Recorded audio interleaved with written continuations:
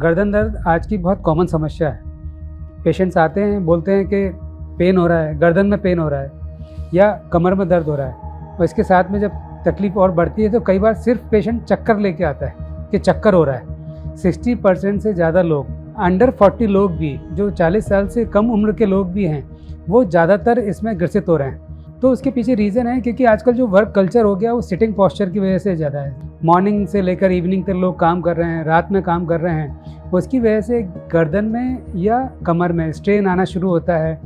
हमारी जो स्पाइन है उनके वर्टेब्रास के बीच में कंप्रेशन शुरू हो जाता है और पेन, स्टिफनेस, ये सब शुरू हो जाता है, और इसी के चलते कई बार चक्कर शुरू हो जाते हैं, इम्बैलेंस शुरू हो जाता है, गर्दन इधर उधर मूव किया और एकदम से पोस्चर पूरा हिल जाता है। तो इन सबको कॉमनली हम सर्वाइकल स्पॉन्डिलाइटिस का नाम देते हैं, और इसमें जो प्राइमरी जो सिम्टम्स हैं वो मैंने बता ही दिया आपको कि स्टिफनेस का बड़ा रोल रहता है और चक्कर वगैरह शुरू हो जाते हैं। जनरली लोग जो पुराना चला आ रहा है या जो ट्रीटमेंट घरेलू चले आ रहे हैं उसमें क्या करते हैं, उसमें शुरुआती दौर में लोग कुछ हॉट बैग फॉर्मेंटेशन कर लिया, गर्म ठंडी पट्टी रख ली या रेस्ट कर लिया, किसी से मसाज करा लिया।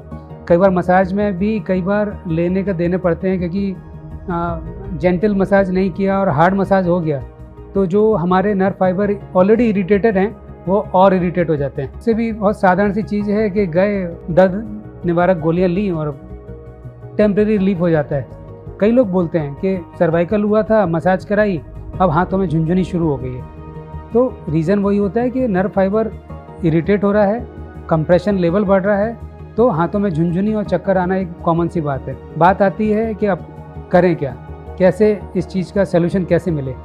इसी चीज़ के लिए जो हमारे क्लिनिकल हम प्रैक्टिस में देखते हैं, जिन सिम्टम से ज़्यादा पेशेंट पीड़ित हैं उनको लेकर हमने एक फॉर्मुलेशन तैयार किया है जिसको हमने नाम दिया है सर्वाइकल 7।